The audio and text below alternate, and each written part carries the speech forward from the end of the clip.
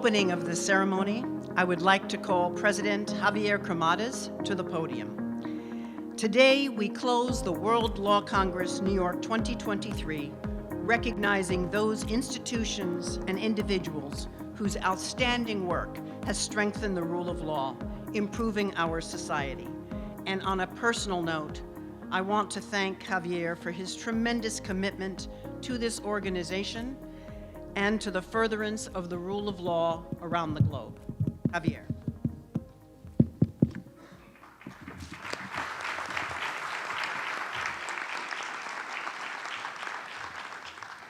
Thank you, Hillary, Patricia. It's a pleasure. Your Majesty, King Felipe, President of Ecuador, Guillermo Lasso, President of the European Commission, dear Ursula von der Leyen, Prime Minister of Canada, Justin Trudeau, dignitaries, distinguished jurists and friends, we're entering the central point of our 2023 biannual Congress. On behalf of the World Jurist Association, welcome again to New York. This city is many things at the same time. Some see New York as the capital of the world. Others see it as the World Economic Center or as a place of discovery and experimentation. Perhaps of greatest significance, it is the home of the United Nations, the greatest experiment in history to make open discussion and face-to-face gathering a meaningful avenue for avoiding help, conflict, and war. The United Nations is the only institution which can claim to represent the whole humanity. We, from the World Jurist Association, are excited to be hosting this gathering in the United Nations building. I actually can't think of a more fitting place to celebrate the rule of law than this symbolic center of peace and justice through law. The values which are at the very core of the World Jurist Association are the same as the aspirational values of New York and the United Nations: justice, diversity, cooperation, peace, and the pursuit of human development. We're honored that such a prominent and distinguished group of jurists and world leaders have gathered with us here to honor, celebrate, and yes, defend the rule of law from attacks around the world.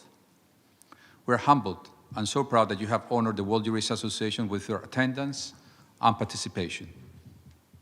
The working panels yesterday and today's award ceremony are compelling proof that the need to pursue justice through law remains critical and cannot be taken for granted. The panels proved the need, and the award recipients confirmed that change is possible despite the difficulties. The importance of the work of the WJA is unchanged since its founding 60 years ago. Unfortunately, our collective commitment to protecting the rights of all people remains as essential today as it has ever been. Before we officially recognize and honor the lifetime commitment of these incredible individuals who promote and preserve the rule of law, I want to acknowledge past and present. The first is to remember why are we here? What animates our work? The rule of law is the only alternative to the rule of force.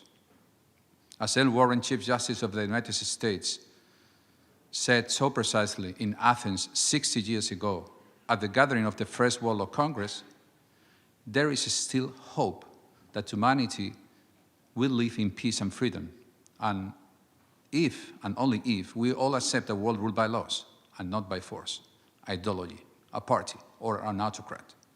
That world is still achievable and requires our faith, work, and loyal commitment. The last years of Warren's life were committed, in addition to his work on the bench, to develop the international network of jurists driven by one single purpose: promoting rule of law as the only way to guarantee the protection of human rights. We are the sacred successors of what he helped to create and start. The second is to acknowledge the work of the American Bar Association as an institution that promoted the program Peace Through Law, which ultimately gave birth to what became the World Jurist Association. In 1958, the ABA, chaired by Charles Ryan, provided the human and financial support which was necessary to begin this project. I also pay homage and express profound gratitude to those who helped create this institution and have continued to support the efforts over the years. In particular, both the US Supreme Court and the American Bar Association have joined efforts with thousands of jurists from around the globe to work for peace, liberty, and human rights. You both, Justice Kennedy and the President of the American Association, are a sign of it. The great Kennedy, the great Justice of the United States, have been so involved, including your invaluable efforts in the Beijing 2005 Conference, World Law Congress. We are also honored that you have joined us today. We also recognize Justice Stephen Breyer, who has been a meaningful and important participant in this World Law Congress, particularly in the opening ceremony hosted in this building last April. I also must pay tribute to my friend and mentor Ruth Bader Ginsburg, who guided and provided great advice to me when I first undertook the effort as president of the WJA. In 2019, also Hilary Bass, Patricia Lorifo, James Sinconat, and today Deborah Enix Ross, prior and current American presidents, are actively engaged with WJA. These leaders and others from the United States today, with the president of the New York City Bar, Susan Coleman, provide the work and encouragement needed as we seek to achieve the regional goals set by Ryan and Warren. We are also presenting this morning the World Peace and Liberty Award to Ursula von der Leyen. She will be receiving this high recognition as a representative of the European Union.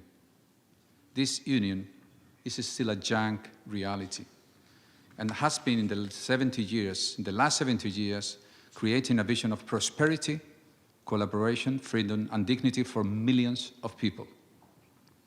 I had the great pleasure to meet you and to talk to you, dear Ursula, in the days previous to this gathering while in Brussels. The individuals who work at the youth headquarters with you approach public service the way it should be approached, based on commitment, preparation, professionalism, integrity, and humanity. Mrs. von der Leyen is particularly connected with the region of the UN. She was born in Brussels. Ursula von der Leyen is the mother of 7 and brother of 8 brothers and sisters, and the president of almost 400 million of Europeans today. Yes, Ursula, you are indeed the face of Europe. When the board of directors of the WJA in Washington, D.C., almost 2 years ago, decided to grant the European Union the World Peace and Liberty Award, we also asked ourselves, where should we make the phone call? To whom should we reach out? It was very clear to us who we should call. We call you, and here we are. The rule of law is the basic value of the European Union, and it's enshrined in Article 2 of the founding treaty. Equally, it is linked to other Union founding values, such as democracy and respect of human rights. The European Court of Justice has made very clear that these values are not merely a statement of intentions, but an integral and enforceable part of the very identity of the European Union as a common legal order. I really think that all of us have to recognize that the European integration process has been a success. Peace among all states and prosperity have been delivered. The European integration is not a static process, but a highly dynamic one. Dynamism has characterized its expanded membership from the initial 6 European states to today's 27 members. And that expansion has not ended. The Union has a dynamic as well in the reach of its interests and policies. From the initial 1951 field of the community's coal and steel interests to the very large field of its present economic and political responsibilities, based on treaties and developed by the European Union legislation. Nowadays, these fields cover most of the central areas affecting lives of European citizens. They include not only the economy and related policies like environment, digital, energy, and competition, but also basic individual rights recognized by the Charter of Fundamental Rights of the European Union. This means that the European Union is the rule of law itself, in a way that permeates the whole life of its states, their societies, their companies, and their people. President von der Leyen, I can affirm with great conviction that during your mandate, you and your Commission, colleagues, have put in practice the rule of law's principles through concrete actions to a remarkable and unprecedented degree in the history of the European integration process. You have given a new push for European democracy as one of the key policy priorities of the Commission agenda for the period 2018-2024. Here today, we have legal representation from 80 different countries at the highest level, and you are all crucial to fulfilling our goal of protecting, serving, and helping ordinary people, institutions, and companies through active use of the law and to achieve good. We hope to do it a better, fair, and more democratic world where all people are recognized as valuable and deserving of equitable treatment under the law. Thank you very much.